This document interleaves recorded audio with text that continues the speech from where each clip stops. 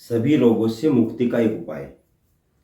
यदि किसी भी घर में किसी भी व्यक्ति को या किसी व्यक्ति के परिजन को बड़ी बीमारी हो गई हो, चाहे कैंसर हो, चाहे हार्ट की बीमारी हो, चाहे लीवर की बीमारी हो, कोई भी किसी भी प्रकार की बीमारी हो, यानी कि अगर वो व्यक्ति डायलिसिस पर चला भी गया हो और डॉक्टर आश्वासन दे रहे हैं कि ये ठीक हो जाएगा और आप लग रहा है कि आपको असाध्य रोग आ गया, ये ठीक नहीं होगा, ऐसी स्थिति में उसके परिजन क्या करें कि उस व्यक्ति को किसी भी प्रकार की बीमारी से, रोगों से मुक्ति प्राप्त हो।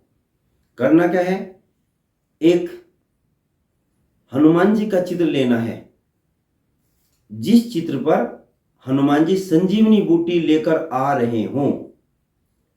हनुमान जी जब संजीवनी बूटी का पर्वत लेकर आ रहे हों, हिमालय पर्वत को उठाकर ला रहे हों जिस पर संजीवनी बूटी हो, ऐसा चित्र लेना है। और एक थोड़ा सा गंगा जल, आधा लीटर 1 लीटर, जितना भी आपकी कैपेसिटी है उतना, उस गंगा जल को गर्म करना है तांबे के पात्र में। यदि तांबे का पात्र अवेलेबल नहीं है तो उसे गर्म कर लीजिए पीतल के पात्र में। पीतल का पात्र भी नहीं है तो उसे गर्म कर लीजिए। करने के बाद फिर तांबे के पात्र में भर कर रख लीजिए। वहां रखना है जहां पर हनुमान जी का वो चित्र हमने लगाया था, जिस चित्र में हनुमान जी संजीवनी बूटी लेकर आ रहे हैं। फिर उस चित्र के सामने एक घी का दीपक जलाना है, उत्तर मुख होकर बैठ जाना है। हनुमान जी का मुख दक्षिण में हो जाएगा, आपका मुख उत्तर में हो जाएगा। उस जल के पात्र को हनुमान जी के सामने रख देना है और घी का दीपक जला देना है। घी के दीपक की बत्ती उत्तर मुख हो जाएगी। वहीं बैठ करके हनुमान बाहु का पाठ करना है। यदि आप कर सकते हैं तो 7 बार कर लेना, 7 बार नहीं कर सकते तो 5 बार कर लेना, 5 बार भी नहीं कर सकते तो 3 बार कर लेना, 3 बार हनुमान बाहु का पाठ नहीं कर सकते तो कम से कम 1 बार कर लेना। जब हनुमान बाहु का पाठ कर लें, इस पाठ को हमें शाम के समय करना है, रात्रि में करना है, संध्या के समय करना है, जब सूर्य अस्त हो रहा है तब करना है।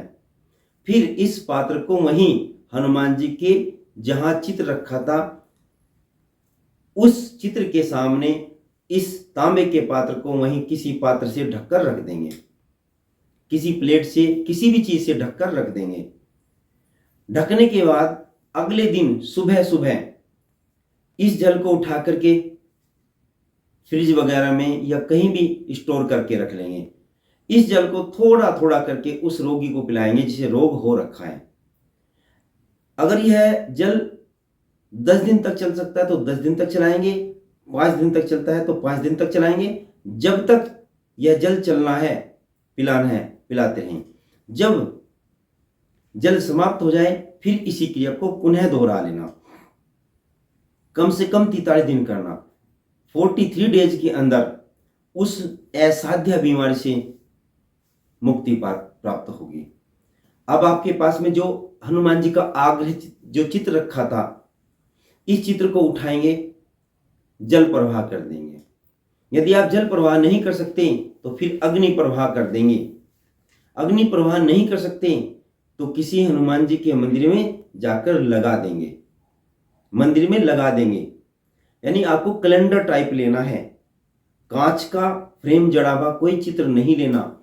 इस टाइप लेना है जो कंप्यूटर से निकला होता है, उस चित्र को लेना है, उस फोटो को लेना है। यदि आप इसे जल प्रवाह नहीं कर सकते तो अग्नि प्रवाह करेंगे, आग में जला देंगे, कपूर के साथ जलाना है। यदि कपूर के साथ नहीं जला सकते तो हनुमान जी के मंदिर में जाकर के कहीं चिपका देंगे, लगा देंगे। इस क्रिया को करना है। जब वह जल 1 लीटर लिया था या आधा लीटर लिया था, उसमें थोड़ा थोड़ा पिलाना है। दवाई देते हैं तब पिला सकते हैं, बिना दवाई के भी पिला सकते हैं। सुबह शाम पिला सकते हैं, दिन में 2 या 3 बार पिला सकते हैं। जब तक वह जल चलेगा, चलने के बाद कम से कम इतना जल लेना ताकि 10 दिन चल जाए। 10 दिन, 15 दिन, 12 दिन कुछ चल सकते हैं। उसके बाद फिर कर लें। इस क्रिया को मंगलवार से मंगलवार भी कर सकते हैं। मंगलवार के दिन या शनिवार के दिन इस क्रिया को करेंगे। जब तक जल समाप्त होगा वो मंगलवार के दिन फिर इस क्रिया को दोहरा लेंगे। प्रक्रिया यही रहेगी जो मैं पूर्वत बता चुका हूं। कितनी भी बड़ी बीमारी हो, कितना भी असाध्य रोग हो गया हो, डॉक्टर हाथ खड़े कर चुके हों, इस क्रिया को करने से बीमारी से निजात मिलेगी, असाध्य रोग ठीक होगा। हनुमान बाहुक का पाठ करने से सभी बीमारी ठीक हो जाएंगी। जय हिंद, जय भारत, जय हनुमान।